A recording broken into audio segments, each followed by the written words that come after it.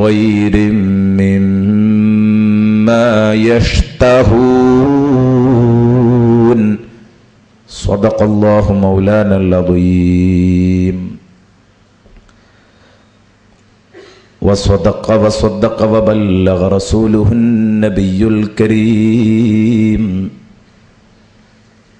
ونحن على ذلك من الشاهدين الشاكرين والحمد لله رب العالمين.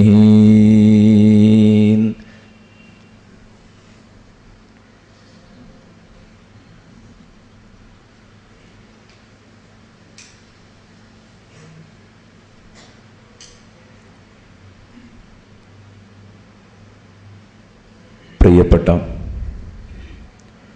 സഹോദരന്മാരെ, അല്ലാഹുവിൻ്റെ മഹത്തായ അനുഗ്രഹത്താൽ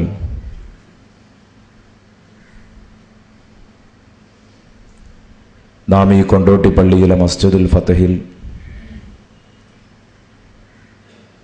തുടർന്നു വരുന്ന വിശുദ്ധ ഖുർആൻ പഠനവേദിയുടെ ഭാഗമായി അതിൻ്റെ റമദാൻ പ്രോഗ്രാം 10 ദിവസം നീണ്ടു നിൽക്കുന്ന സൂറത്തുൽ വാഖിയ വചനപ്പൊരുളുകളിലൂടെയുള്ള യാത്രയാണിത്. അതിൻ്റെ 3-ാം ദിവസമാണിന്ന്. അള്ളാഹു ഈ ഒത്തുകൂടിയതുപോലെ ഇന്ന് നാം പറയാൻ പോകുന്ന ഉത്തമ വിഭാഗവും സ്വർഗവും എന്ന വിഷയത്തിൽ പ്രതിപാദിക്കുന്ന ആ സുഖലോക സ്വർഗത്തിൽ അള്ളാഹു നമ്മെ ഒരുമിച്ച് കൂട്ടുമാറാവട്ടെ. ആമീൻ എന്ന് ആത്മാർത്ഥമായി ആമുഖമായി പ്രാർത്ഥിക്കുകയാണ്.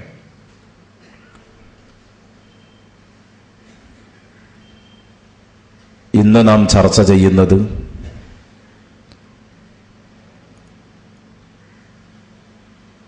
ഉത്തമ വിഭാഗവും സ്വർഗവും എന്നാണ് എന്ന് നിങ്ങളോട് നേരത്തെ അറിയിച്ചതാണ്. ഇന്നലെ ചർച്ച ചെയ്തത് പരലോകത്ത് 3 വിഭാഗം ജനങ്ങൾ, 3 വിഭാഗം ജനങ്ങൾ എന്നതാണ് ഇന്നലെ ചർച്ച ചെയ്തത്.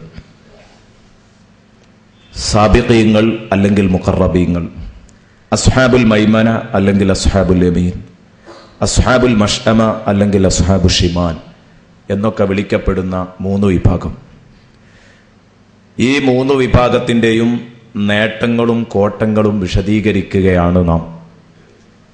അതിനിടയിൽ തഫ്സീർ ഗ്രന്ഥങ്ങൾ സൂചിപ്പിച്ചതുപോലെ നമുക്ക് പഠിക്കാനുള്ള ഗുണപാഠങ്ങളും കൂടെ പറഞ്ഞ് വ്യാഖ്യാനം മുന്നോട്ട് കൊണ്ടുപോകുകയാണ്.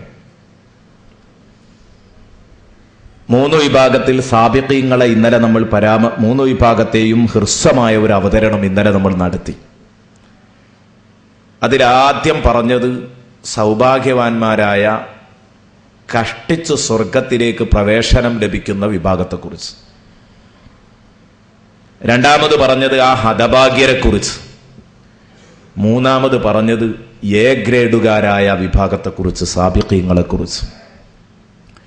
ആ സാബിഖീങ്ങൾ ഉലൈകൽ മുഖറബൂന ഫീ ജന്നാത്തിൻ നഈം, ഹ്രസ്വമായ അവതരണത്തിൽ അവർ അള്ളാഹുവിന്റെ സുഖലോക സ്വർഗത്തിൽ അള്ളാഹുവിന്റെ സാമീപ്യം നേടിയവരാണെന്ന് പറഞ്ഞു.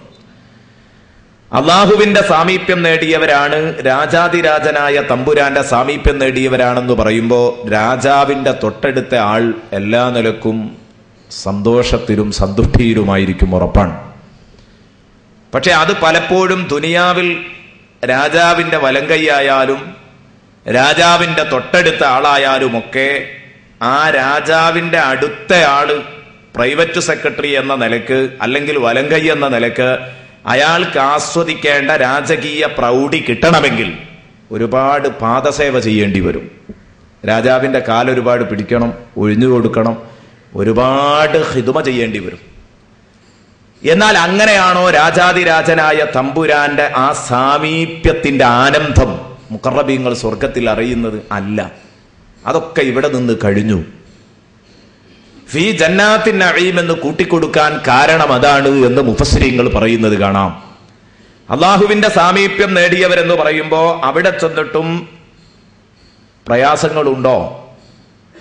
അവിടെ ചെന്നിട്ടും അള്ളാഹുവിന്റെ അടുത്ത് ചെന്നിട്ടും അവരവിടെ അള്ളാഹുവിന്റെ സാമീപ്യം നേടി എന്ന് പറഞ്ഞാൽ തന്നെ അവരവിടെ അള്ളാഹുവിന് വേണ്ടി എന്തെങ്കിലുമൊക്കെ ചെയ്യേണ്ടതുണ്ടോ? ഇല്ല. പൂർണ്ണമായും നിയമവിലക്കുകളില്ലാത്ത സ്വതന്ത്ര ലോകം. അതാണ് ഭൂമി, ആ സ്വർഗലോകം. അല്ലാഹു തആല ആ ലോകത്ത് ആനന്ദിക്കാനുള്ള തൗഫീഖ് നൽകുമാറാവട്ടെ. അവിടെ നിങ്ങൾ കഷ്ടപ്പെടണ്ട, വിയർക്കണ്ട, തളരണ്ട, പൂർണ്ണമായി നിങ്ങൾക്ക് സ്വാതന്ത്ര്യം ലഭിക്കുന്ന ലോകമാണ്. അതാണ് സ്വർഗലോകത്തിന്റെ ചിത്രം. അതുകൊണ്ട് സ്വർഗത്തിലാണെന്നതുകൊണ്ട് ഇനി നിസ്കരിക്കാനുള്ള പ്രയാസപ്പെടേണ്ടതില്ല. അതേ സമയം തന്നെ ഈ പണികളൊക്കെ എടുക്കുന്നവരുണ്ടാകും, അത് വേറൊരു വിഭാഗം. ഇതൊക്കെ എടുക്കുന്നവർ കൂട്ടത്തിലുണ്ടാകും, അത് മറ്റൊരു വിഭാഗം. എന്ന് പറഞ്ഞാൽ ആനന്ദത്തിന് വേണ്ടി ഭൂമിയിൽ ചെയ്ത പണി ഹോബിയായിട്ട് ചെയ്യുന്നവരും നിർവഹിക്കുന്നവരും അവിടെ ഉണ്ടാകും. അത് ഇൻഷാ അല്ലാഹ് എന്റെ വിഷയത്തിൽ പറ്റിയെങ്കിൽ എവിടെയെങ്കിലുമൊക്കെ കടന്നു വരും. അവിടെ ഇൻഷാ അല്ലാഹ് നമുക്കത് ചർച്ച ചെയ്യുകയും ചെയ്യാം.